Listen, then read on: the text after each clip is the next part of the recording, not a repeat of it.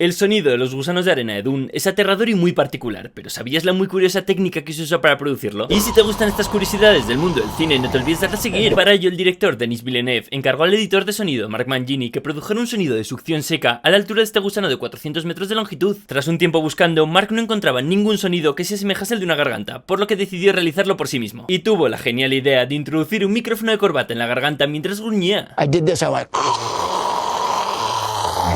And I dropped the lavalier mic down in my mouth, and that's how you get this. So it's amplified like 1,000 times. Of course.